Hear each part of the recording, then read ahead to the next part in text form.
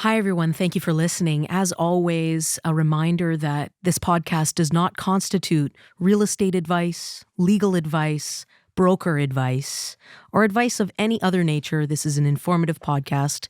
And if you need advice, please reach out to the correct professional who can help you. Thanks for listening. Welcome to Launch Grow Harvest Podcast, Business Growth Coaching with Connie Boona and Roland Kim.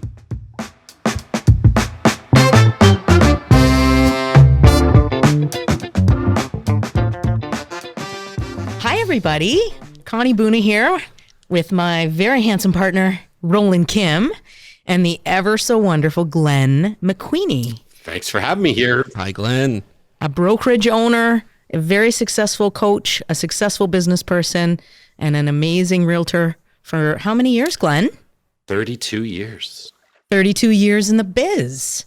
And so we're going to be speaking with Glenn today specifically about how coaching and learning has been an ongoing passion in his life, and how he has taken this now to the next level in his business, in his many businesses. And so I'm looking forward, Glenn, to getting deep with you today. Yeah, well, excited to be here. Welcome, Glenn. And I'll let you jump in a second here. I just wanted to say how instrumental early in my career one of your books was there on focusing on your niche. And so that's something that's really applied to my business. And I'd like to learn a bit more of what made you write that book. What was the opportunity you saw that people weren't fulfilling? Well, I decided about 6 or 7 years ago, I sent an email to, we had 200 agents at the time. I think now we're at about 550, but at the time we had 200, and I said, I'm going to do this pilot project called Double Your Income. Who would like to double your income in the next 12 months? And 23 people responded, which I thought was a bit low. I thought, hey, maybe more people would want to do it. But anyway, 23 people signed up. And so we just started coaching them every 2 weeks. And after 12 months, all 23 of them had doubled their income. And some had tripled and quadrupled. And what I learned from that experience was that it's all about custom coaching now. It's not a one size fits all. And what I learned, so I wrote my first book, which was called Double Your Income, based on that program, which was much more tactical. Like, okay, for every listing you take, could you get another 2 or 3 pieces of business? What's the winning formula in, lead generation? But it always boiled down to that those 23 people, we had a separate coaching program effectively for each one of them. And through that, I started saying, well, really, this whole concept of agents being a generalist, I'll be everything to everybody, was adding very little value. And you were in a very high competition zone because everybody was trying to be everything. And I know that generalists get paid the least because if you think about it, a specialist gets paid more than a generalist. And then a celebrity specialist gets paid more than a specialist or a generalist. So if you think about just for ladies who get their, go to a hairdresser, you can go to Magic Cuts, the generalist, and for a very cheap price, get an okay haircut. But most of them go to their own specialist, the person who they really like, who matches their personality. And then in every city, you have the celebrity hairdresser who basically charges 2 to 3 times more than the specialist. But the haircut's not really any different. It's really just marketing at that point. Right. So it came back to like this whole concept when I was coaching them of like, don't try to be everything to everybody, just be something to somebody, and whatever that looks like. And so they were like, well, what do you mean? And I was like, well, all agents come into this business with their own unique skills, their own unique strengths. They've come from other fields. They bring a lot of great skills to real estate. And I just think that the quicker you can transfer those skills, because most businesses run on the same premise, right? We do need some leads. We need to serve them at a really high level. We need to find them, make our customers really thrilled and happy with what we do, and then build them to be like raving fans of our business. And so I don't care if you're in lawn cutting or if you're in real estate or if you're a hairdresser, it's all the same. So what I found is if I could, as I talk to them and listen to their unique abilities, and then I'd say to them, who's your dream come true client? Like, who do you want to be a hero to? What if I was running a factory and it was a widget factory, but all I did was at the end of that factory was your perfect fit client? And that's because I found that when I was coaching these agents, whenever they were working with people who were in a way most like themselves, had the same values, the same integrity, the same character. They were, like, for example, friendly and cooperative. They knew what they wanted. They appreciated them. They were willing to pay for their services. That the transactions were really great. And when you matched up with that type of client, it just was really smooth. And so I would ask them, like, who's your perfect client? Like, who do you want to be a hero to? And people would say, I want to work with 20 to 35-year-olds looking for a condo in False Creek because I know that area really well. And I want them to be educated, professional, friendly, nice. And so once we would kind of figure that out, once we knew who our target market was, then we could design the marketing to go and get them, right? So it would be something like, if we were targeting, it could be, who are the top, the 10 best condos for sale in False Creek, right? Because who wants that? Like, your perfect target market. And that would range anywhere from someone who's like, well, I just like helping seniors downsize their home. So we would start designing that niche. And because agents were like, I just want to help people move down. So then we'd start doing that, but not many people would show up. So then we'd start collecting the inner wisdom of what they really want. So although they want to downsize, what we discovered is they really wanted to declutter first. So then we just started running decluttering seminars, because then people would put their hand up. We'd get it earlier, the lead earlier before everyone else.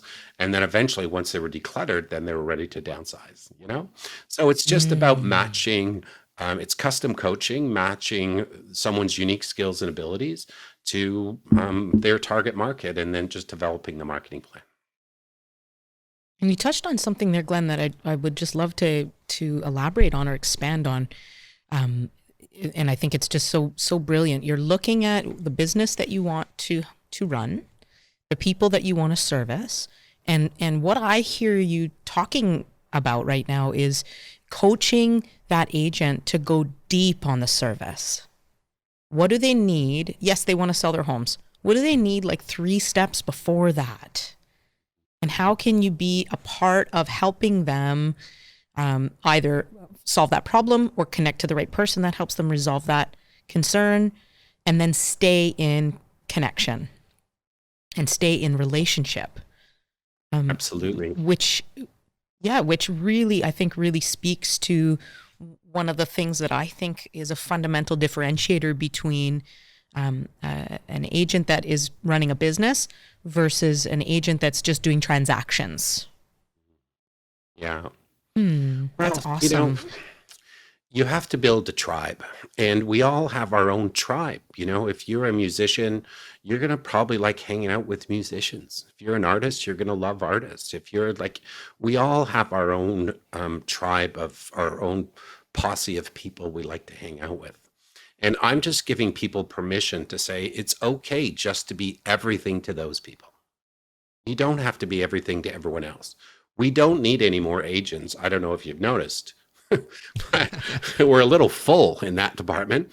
And I don't think the consumer sits there and goes, boy, if 4 agents could just call me today, that would be a perfect day. I hope 4 agents call me. So what we do is we kind of plan it but the way you have to do this, the hack here is you plan it from the customer's point of view, not your point of view. So you ask yourself this one question, and the question is, what's keeping them awake at night? My target market, what's their biggest problem? So what's their unique problem? And then what's the unique solution that I could design that when they see it, they're like, oh my God, that's my problem. And you got the solution. Like, what are the odds? So if it's a first time buyer lying awake at night, or a couple lying awake at night, they're like, can we afford this market? Is now the right time to buy? Is this market going to crash? What if I lose my job? What if whatever, you have to come from your marketing should solve their selfish problems. Awesome. So it sounds to me like this could be applicable really at any stage of an individual's career, but talk about how impactful this could be if this was part of the beginning stages of your business and your business planning as a realtor, and all of the work that you do to build your business focuses around building this niche, building this concept, and building out all the support systems, or finding them that already exist. So helping to not reinvent the wheel. Well, I wish I would have known this when I started. And so that leads us to another question, which is, many folks that are in our audience and in our worlds are established, are well established actually in their careers.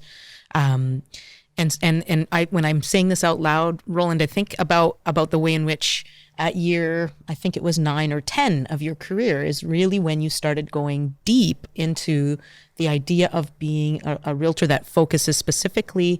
You do lots of different types of business, but you have a passion for that investment side of the business and being an expert in that arena. And so, Glenn, it makes me think about how can established agents can evaluate and assess their business at its current sort of place, and help to build in these systems. What's the first step? What's the lead domino? The first question is, who do I want to be a hero to? That's the first one.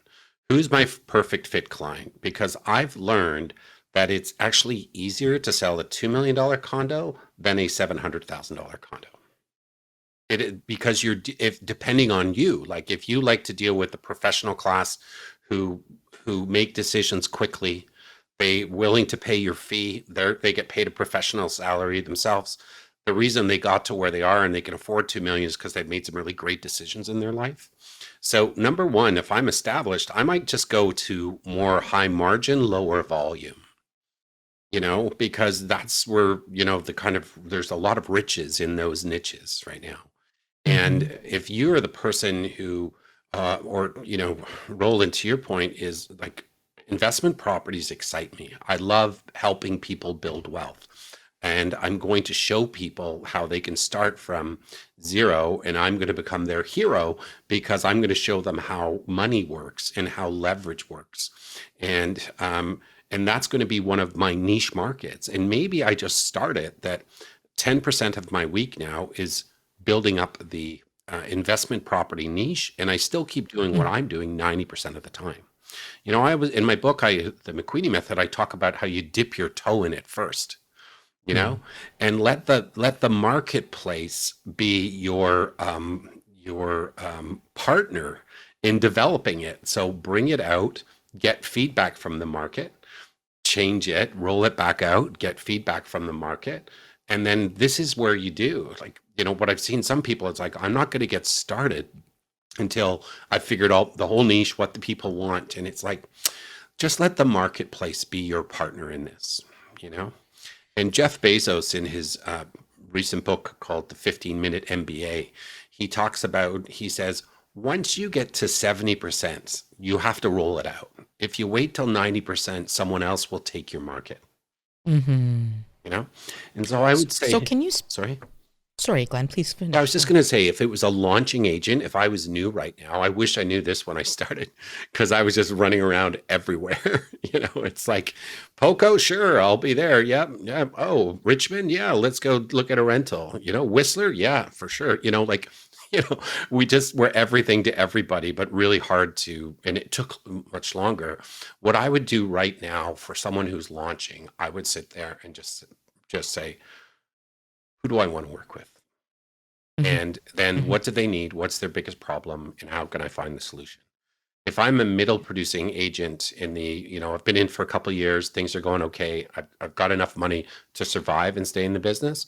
I'm going to keep doing that about 85% of the time. And then for 15%, I'm going to slowly start testing some niche markets. If I've been around for a long time, as you said, in the harvest period of your career, I'm going to start probably following a lot of the MREA models of leads, listings, and leverage, which is now that I've done everything I can do, and I've got some freedom of money now. And when I've got freedom of money, I can buy my time back. You know, Mhm. Mhm. you know, if I can afford someone to clean my house, so I don't have to do it anymore. And as you're making lots of money, you don't have as many problems because you can write a check to solve that problem all the time.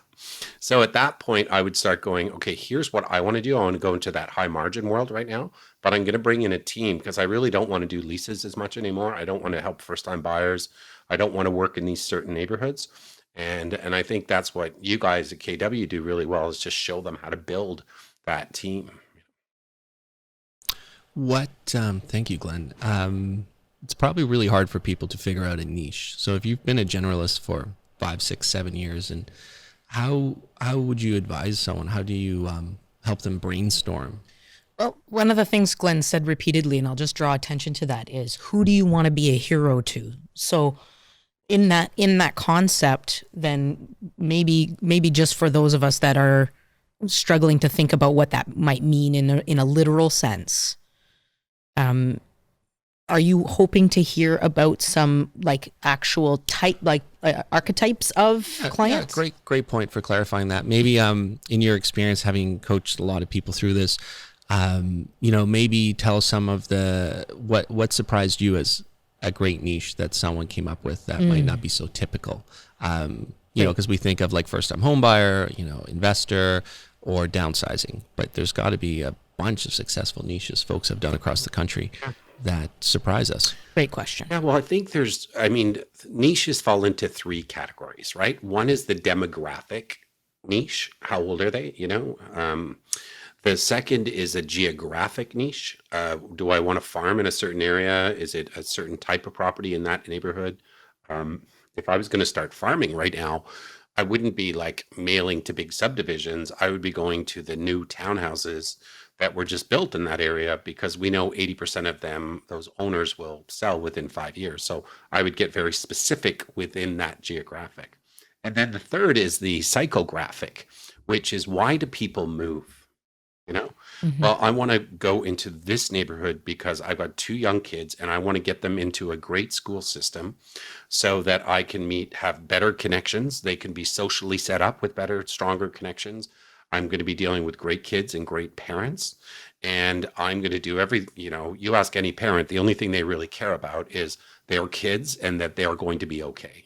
And so Totally. you have to make a decision of who do you want to be a hero? Because one niche market could just be helping families with young kids find the best school district. And you could own that niche in the Lower Mainland. Like you could do the guide to the best schools. That would be a way of getting the lead, the 10 best schools right now for kids. So you can, because we know we're targeting those parents, that's what we could do.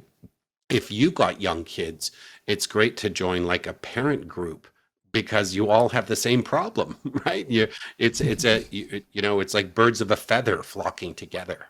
So you just have to decide, is it going to be demographic, geographic, psychographic? But it could be all three.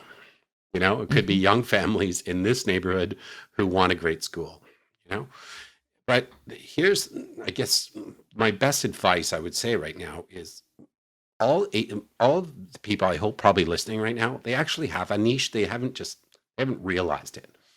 They're either love to door knock and cold call every day because that just would get them fired up, or they hate to do it. And most of their business has been repeat, referral, and sphere of influence.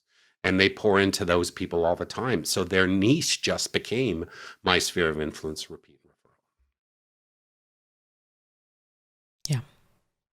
It's interesting. We don't even know we're doing it, and we're focusing in naturally on like a subset of people that we're attracting. It's just a matter of doubling down and getting more strategic to find them. And it's a matter of also having thinking time, and that's something that I think many of us active business people, active realtors, are doing, and that's sort of the fundamental principle of the Millionaire Real Estate Agent, which is moving from an entrepreneur to a business owner. And business owners take deliberate time to reflect on their business, to review their past transactions, and to review the important criteria that will inform where future business is coming from. And so if you were giving someone advice on some analysis, if I were somebody that's been in the business 5 years, so I've exceeded the threshold of, are you going to make it? So I've been in the business 5 years. I'm consistently doing enough transactions to bring in about $150,000 in gross commission earnings. I have no assistant. I'm doing everything on my own. What kind of analysis can I do? How do I go back? What am I looking for? Well, I think, first of all, understand the rules of the game. The first rule is that there is no relationship between the amount of time you spend in real estate and the amount of money you make. There is I know people who work 7 days a week, 16 hours a day, and maybe make $80,000 in real estate. And I know some people who take 6 months off and they make $3 million in real estate. So first of all, just understand that there's no relationship between the time you spend and the amount of money you make. And when I would coach people about doubling their income, their default is, I couldn't do that. That would mean twice as much time. But it's not. It's actually half as much time. I was coaching someone in Toronto, and over the last 4 years, they went from being stressed out and making $275 to their next year, they made $540, then they made $850, and last year they made $1.4. And they're taking more time off. They're having, because we switched to margin, first of all, and we also switched to, so her market is like that $2 to $3 million home in this neighborhood. And we said, let's go really deep. And then what happened is she just started double ending everything. So she double ended like 8 $2 million properties. Well, that's, that's a lot of money, and she didn't have to work much harder to do it. So the first is understand the rule, no relationship between time and money. Number two is just get a minimal schedule. Just have a basic schedule set up. Okay. One is Friday night's date night with your partner or your spouse or with yourself, Saturday morning is off because I'm with the kids at that time because that's really important to me, every Friday from 8:30 a.m. to 10:30 a.m., I'm going to work on my business instead of in it. I'm just going to schedule some time to just be like, what do I need to do right now to grow my business? And I think that's getting to your point, Connie, is like, what's the structure, the minimum structure there? Well, part of it is you have to have some focus time, which is that 2 hours. Then you've got to have some recreation time or time off with your family so you're rested. And the rest is just don't structure it that much. Just go work in the business. That's the first level, And then the third rule is start booking a vacation every 6 weeks. And I know we're all dying to travel right now. Once the skies open up and we're going, I'm actually taking a vacation for 3 years. I haven't told anyone yet, but I'm just going because I've been missing them. So, but once you start actually, what I've learned even pre-pandemic is everyone laughs when I say take a vacation every 6 weeks. I'm like, okay, how about we do this? How about you just take 2 vacations a year? Because so many agents don't even take one. And what I've learned that every time you book a vacation at the airport, walking on the plane, you're always finishing another offer. So I can attest to this. So I'm kind of like, there's this certain flow where you work really hard for 6 weeks and then you take 10 to 14 days off.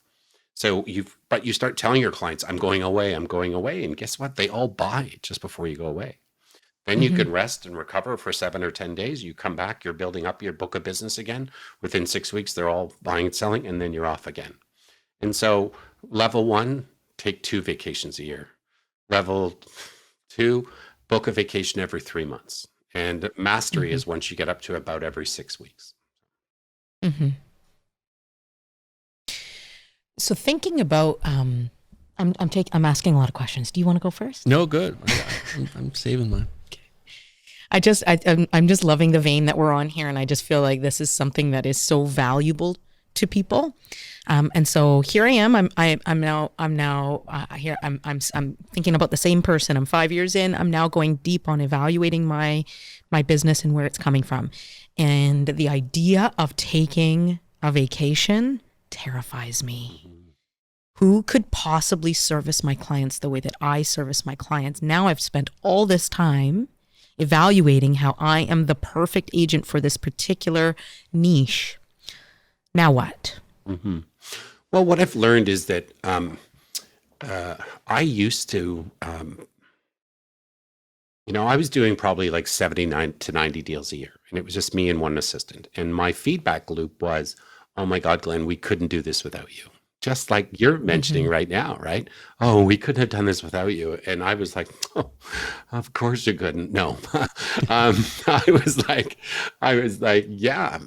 But then I realized once I brought in a buyer agent and I trained them to my service standard, that they were actually quite happy working with them, to the point where I would like refer this great client who I never thought, but it's also how you set it up. So I would be like, I'm going to be the one who's going to be marketing and selling your house, but Jill is my buyer specialist. She's actually the best. She's better at finding you a home than I am. She's like a dog with a bone, and she's going to go and find that property.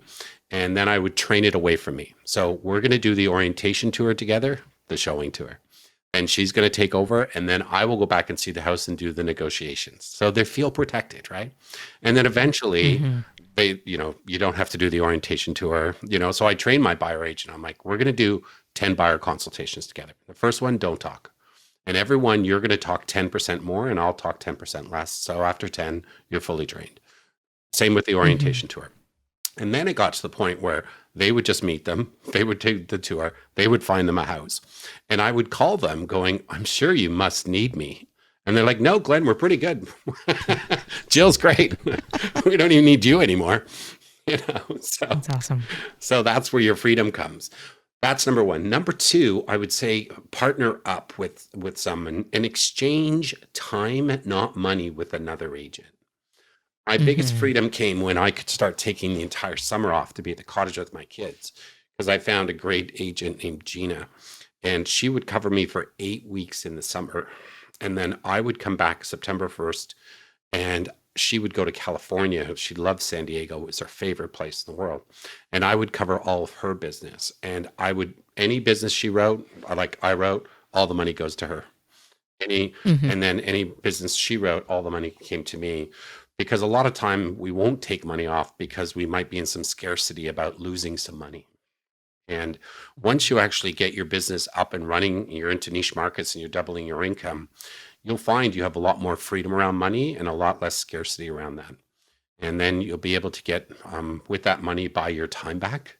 And more importantly, now spend more time on the relationships that really matter in your life. Amazing. We kind of touched on working on your business and the value of that, and I think how few people actually time block that. And talking about time block, I think they if they actually do scheduling, they overschedule themselves, and then it all falls apart. So working on your business is often Achilles' heel, and then one that I've always thought about and talked about is your comfort zone. So much of the greatness in your goals are achieved outside of the comfort zone. Why, Glenn, do you think that more realtors that have heard you speak, have seen other people succeed, aren't doing a niche? Is it that they're not working on their business enough for the planning, or is the comfort zone the thing that's holding most people back? I just think you only know what you know. And when you know differently, you're going to act differently.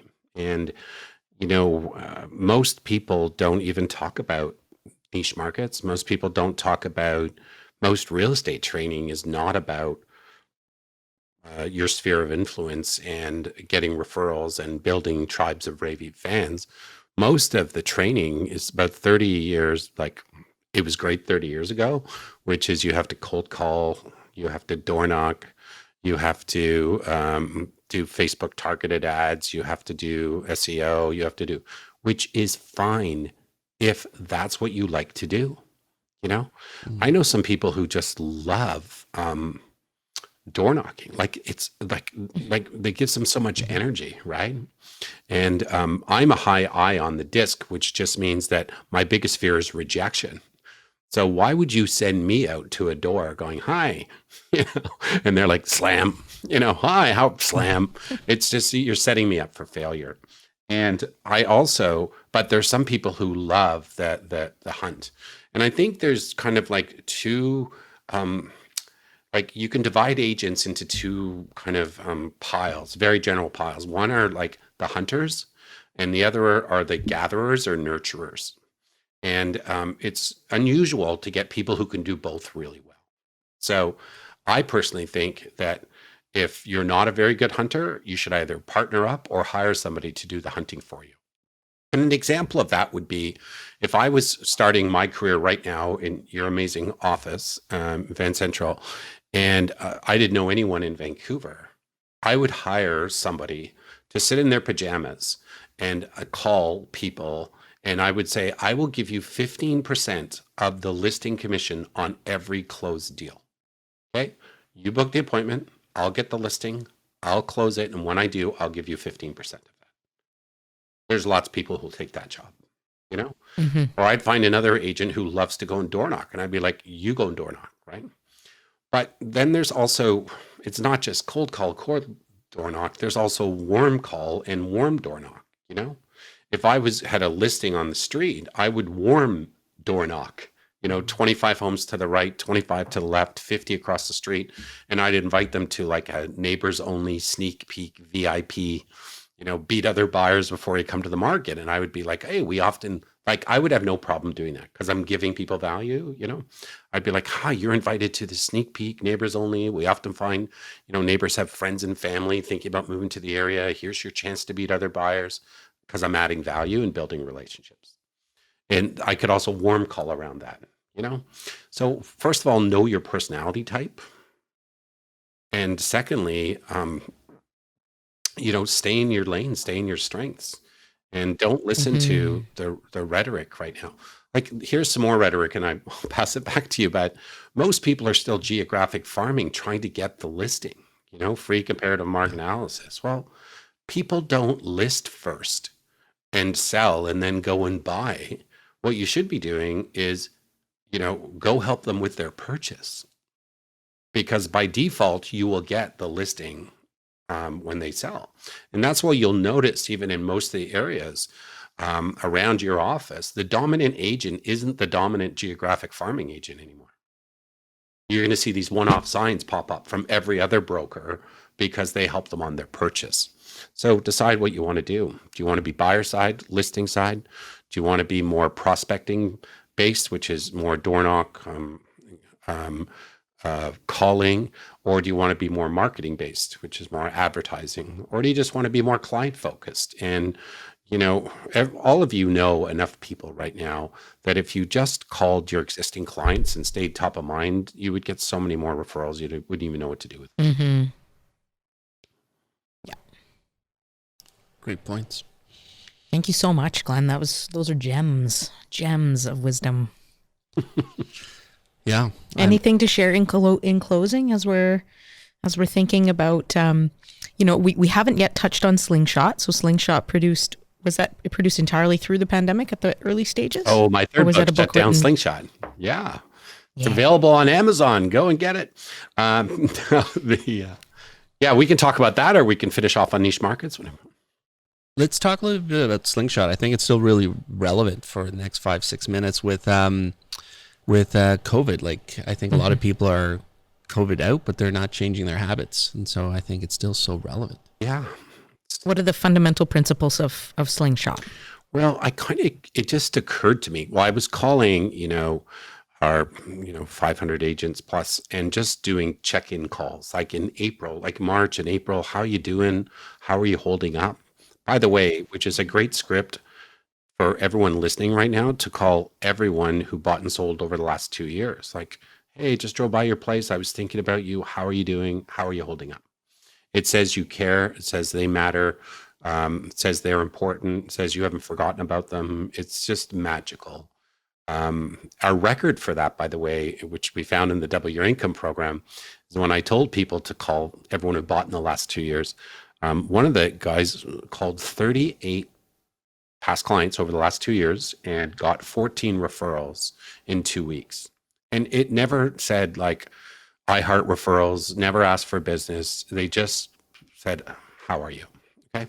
So I started calling and I was like, how are you holding up? And I found about 25% of our office was just in complete shutdown mode. So fearful. I'm not going out. I'm very, just scared. Like a lot of us were, Then I found about 20% of our office was kind of like, well, this is a once in a lifetime opportunity to probably grab some market share if all of my competition is at home, afraid to do anything. And I found the middle 55% could be swayed either way, depending on who they were talking to. So I said, I need to do a book about this because I really believe in, so I did Shutdown Slingshot, the 8 winning mindsets realtors need to double down over the next 100 days. Because I was doing the research and I really discovered there was like 8 mindsets that people need. And so in the book, I talk about each mindset and then I give the bad mindset about it and the good mindset about it, right? So one of the mindsets is being learning based, like take this time to learn as much as you possibly can. And, the kind of poor mindset side of that is I already know what I know. I'm not going to learn anything new. It's all the trainings, the same old stuff where a lot of people believe it. And then the opposite, the slingshot mindset was everything I've learned so far is just a foundation for bigger and greater learning, And one of the other mindsets was about the inner game versus the outer game. Like that the inner game, your inner game is your outer game. And if you're in fear and if you're scared and if you're really frightened right now, it's going to be very hard for you to talk to customers right now who are feeling that way, because what they're looking for with you is some leadership. They're looking for some clarity. They're looking that it's going to be okay, And so that book was really just the opposing mindsets of the people who were shut down compared to people who were doubled down. And one of the other mindsets was be a game changer, right? And it was based on this concept that, a great poker player, even with a poor hand, doesn't scream at the hand they got. I can't believe they're shutting us down. This pandemic sucks. They just play the game with the cards they were dealt with. Yeah. A poor poker player says, I never get any good cards. Yeah. And so when the rules of the game change, just change the game. And that's the game changer mindset that I talked about. So it was really like a personal letter from me to our agents to say, it's going to be okay. And you have a choice right now. You can either shut down or you can double down. And if you're going to double down, this will be your once in a lifetime opportunity to get market share that you never would have had. And I'll just finish on this one final thought. When I first started in 1989, the market was really busy in Toronto. And I saw all of these agents with really nice cars, and they had multiple houses because the prices had been going up about 24. They all had beautiful spouses. And within about 9 months in 90, when the interest rates went to about 15%, the market just screeched. And I saw so many of those agents love the old way of doing business so much that they were afraid to change. And they actually ended up losing most of their business. They were like, oh, well, things are going to get back to normal when I do. And all of a sudden I saw them start to lose their houses. They were all driving these Cadillac STSs at the time when I first met them. And that was soon replaced by a Ford Taurus, a nice, reliable automobile. And then they lost their spouses. But more importantly, I watched all the big players in Toronto real estate market get knocked out. So I'm telling everyone right now, This pandemic is your once in a lifetime opportunity to get your unfair share of the market, because so many people are just trying to hold on to what they have instead of going out there and getting what they want. And when you show up as the guide, the lighthouse, the bright light that says it's going to be okay, I get you, we're going to get there safely, then you win. And that would be my message to everybody is go be 2 levels of confidence higher than your client, and also maybe 2 times more compassionate right now, because a lot of people are going through some really Awesome. tough times. Awesome. Thank you so much, Glenn. That was awesome. Thank you, Glenn.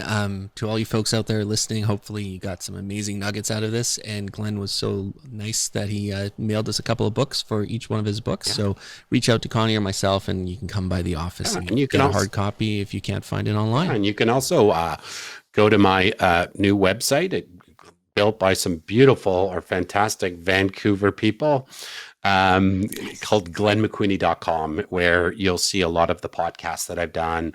There's a lot of tools and handouts, and just the way of kind of, on that website, I've got about 75 podcasts that are all about, it's called the Success Series. And in 25 minutes, people I don't know, we figure out their niche market and then find the marketing solution. So glennmcqueeney.com.